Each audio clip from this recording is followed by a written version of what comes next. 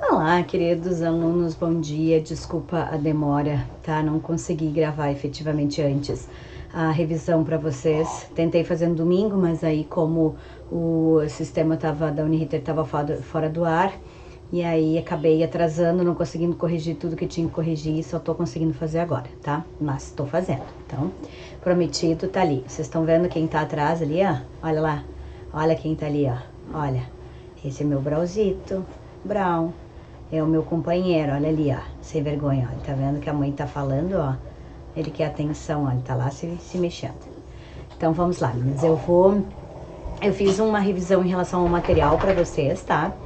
Tá, Brão, preciso gravar a aula, filho. Deixa a mamãe falar, deixa, só um pouquinho, deixa a mamãe falar um pouquinho. Dá um espacinho? Tá, obrigado, meu filho. Ó, deixa eu falar. Eu fiz um material para vocês, tá? É assim, compactado em relação ao mais importante, né? Porque é muita coisa no semestre, então, efetivamente, eu fiz um compactado em relação ao conteúdo, tá? E eu vou trabalhar ali com vocês. Então, vou ir mostrando e vou falando aquilo que é o mais importante, fazendo a revisão em relação ao material, então, tá? Então, só deixa eu acessar aqui o material para vocês. Deixa eu só pegar aqui, tá? Tá aqui ele, tá? Vou mostrar ele aqui pra vocês, então, ó, tá? Ó lá, é F5 aqui, ó, então, vou falando o material, tá? Esse material vai estar postado ali junto com vocês, junto com o vídeo, certo? Então, eu vou fazendo as dicas agora para vocês, tá? Então, primeiro, revisa a parte da composição do Legislativo. Então, como é que funciona a composição da Câmara dos Deputados do Senado Federal, né? Então, a Câmara dos Deputados é formada por, no mínimo, 8 deputados e, no máximo, 70. E essa representação é com base na população de cada estado, por isso que é uma lei complementar que define esse número, nunca menos do que 8, nunca mais do que 70, tá? Já o Senado Federal, ele é sempre 3 por estado, sempre 3 por estado, tá? Então, é a diferença em relação a isso. Já para os deputados federais, então, são mandatos de 4 anos, Senado Federal, mandato de 8 anos, tá? No Senado Federal, a gente elege junto 2 suplentes, porque como a gente elege pelo sistema majoritário, a gente elege diretamente 2 suplentes. Lá na Câmara dos Deputados, a suplência é com base na regra partidária, então o próximo mais votado no partido.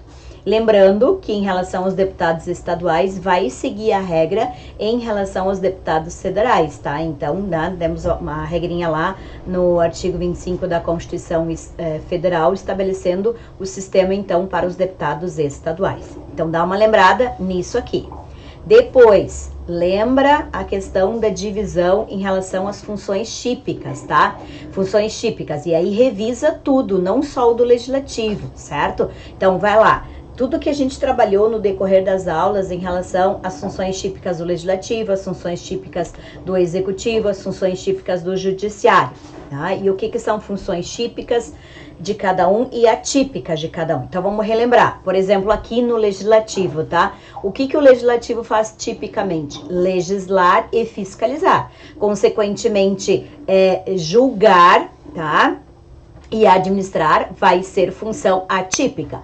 Aí o mesmo raciocínio se nós formos pensar em executivo. O que o executivo faz tipicamente? A chefia de Estado, chefia de governo e administração pública. Consequentemente, de forma atípica, ele legisla. Quando ele cria medida provisória, ele julga os servidores públicos, tá? No judiciário, a função típica do judiciário é julgar e controlar as leis, os atos. Então, se isso é uma função típica do judiciário, a função atípica do judiciário vai ser o quê? Vai ser criar regulamentos, criar leis, tá? E administrar, se auto-administrar. Então, dá uma boa relembrada nessa diferenciação aí em relação à independência e harmonia dos poderes. Aí lá dá uma revisada na questão da CPI, tá? As comissões parlamentares de inquérito, principalmente em relação às prerrogativas, tá? E aí a diferença lá do que a CPI pode fazer e o que precisa de autorização judicial. Então lembra, né, que a questão de escuta telefônica só por determinação judicial, tá? Então cuida aí essas prerrogativas que tem a CPI, quais elas não têm. Certo? Então, lembra essa situação aqui. vamos ir lá para o processo legislativo. Então, o que vocês vão lembrar lá do processo legislativo? Um mundo de coisa, mas pelo menos o quê, tá? A questão das iniciativas. Então, nós temos a possibilidade de iniciativas de vários legitimados diferentes, da Câmara, do Senado, do Congresso Nacional, dos tribunais, do Procurador-Geral da República, de cidadãos, do Presidente da República, só que aí nós temos o critério de competências, então tem que cuidar, porque o Presidente da República vai estar taxativamente previsto no texto da Constituição as competências que ele tem em iniciativa, né, por ser chefe de Estado, chefe de governo e chefe da administração. Então, isso vai ser uma competência exclusiva dele, né? Então, por isso que nós temos a iniciativa exclusiva do Presidente da República, tá? Então, principalmente dá uma olhada no artigo 61 ali das questões, então, do Presidente da República, principalmente a questão que é a função exclusiva dele, tá? Como chefe de Estado, chefe de governo, como chefe da administração. Então, tudo que diz respeito a cargos, empregos, funções, vai ser projeto de lei só do Presidente da República, tá? Depois, onde é que os projetos de lei começam? Então, a regra começa sempre na Câmara dos Deputados. Portanto, se o Presidente da República, né, se um deputado, se os tribunais, se o Procurador-Geral da República tiver proposto um projeto de lei, vai começar pela Câmara dos Deputados.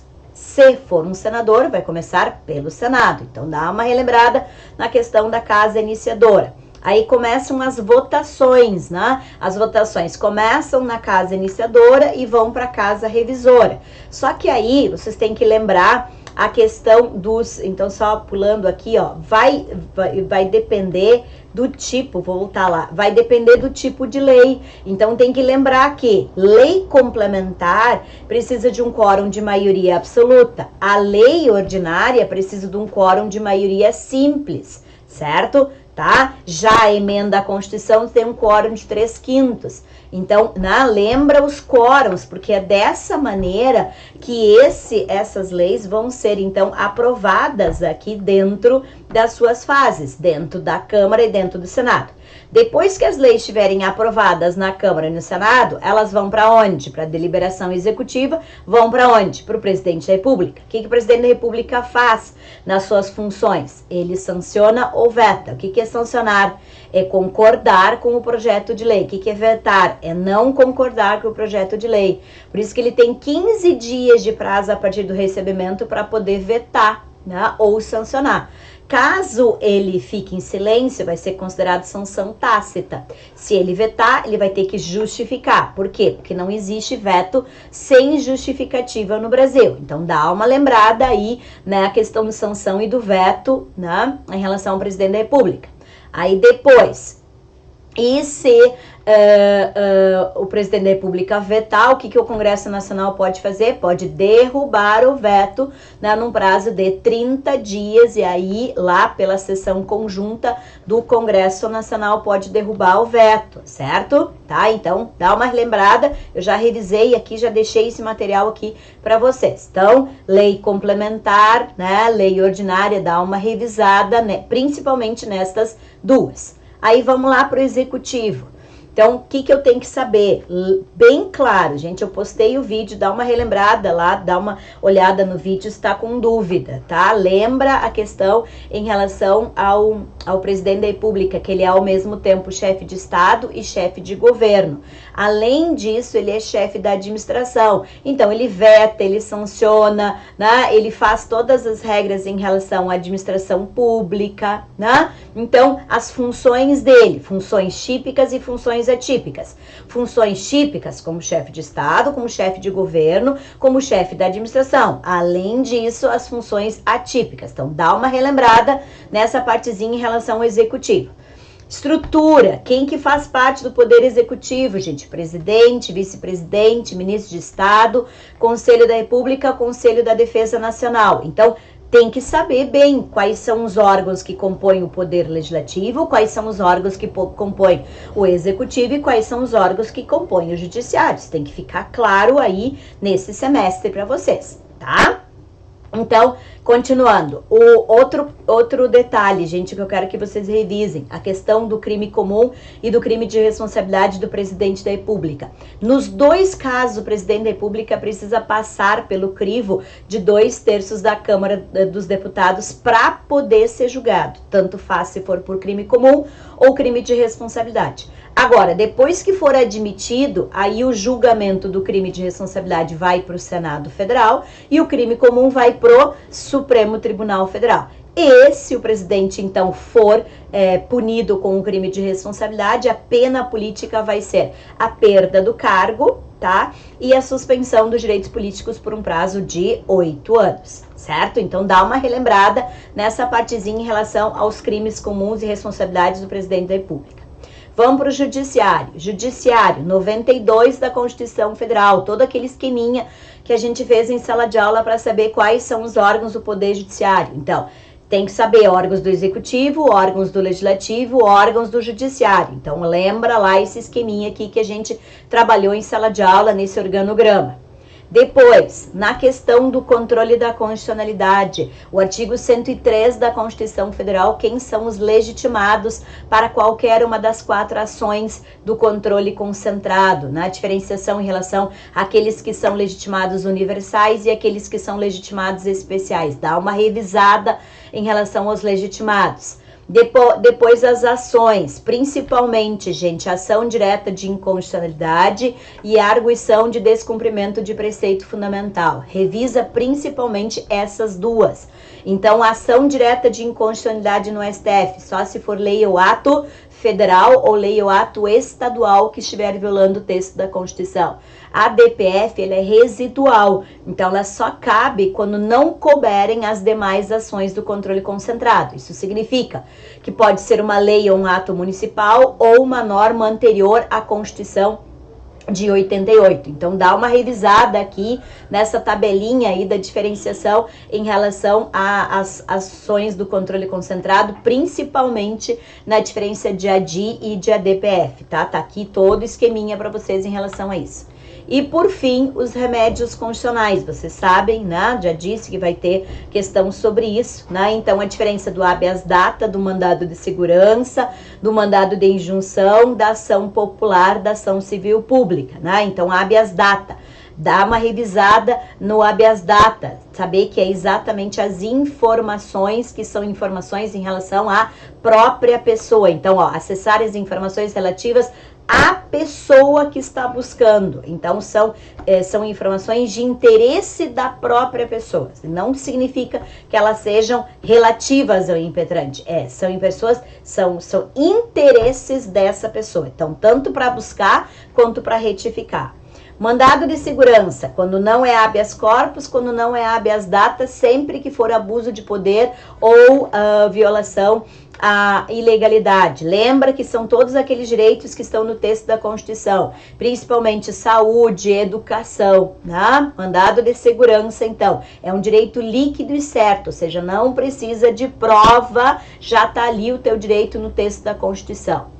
Depois, mandado de injunção, é quando falta uma norma regulamentadora, tá? Então, falta uma norma regulamentadora significa os direitos, liberdades constitucionais. Não é qualquer tipo de norma regulamentadora que está faltando para o cabimento de mandado de injunção. Aí vai ser ADO, ação direta de inconstitucionalidade por omissão, tá? E a ação popular não é uma ação individual, é feita por um cidadão, então só o legitimado é o cidadão, mas é para buscar algum benefício para a coletividade, visar o benefício da coletividade. Então, é sempre quando nós temos algum agente político que está violando ou dilapidando o patrimônio que nós, então, de forma individual, podemos buscar esta ação no Poder Judiciário para manifestar aí o interesse para a coletividade. É a mesma função da ação civil pública, só que a diferença da ação civil pública é que a ação civil pública é feita só pelo pelo Ministério Público, tá? Então, poxa, deixa eu só voltar aqui, deixa eu só fechar aqui, né, para poder voltar então para cá. né?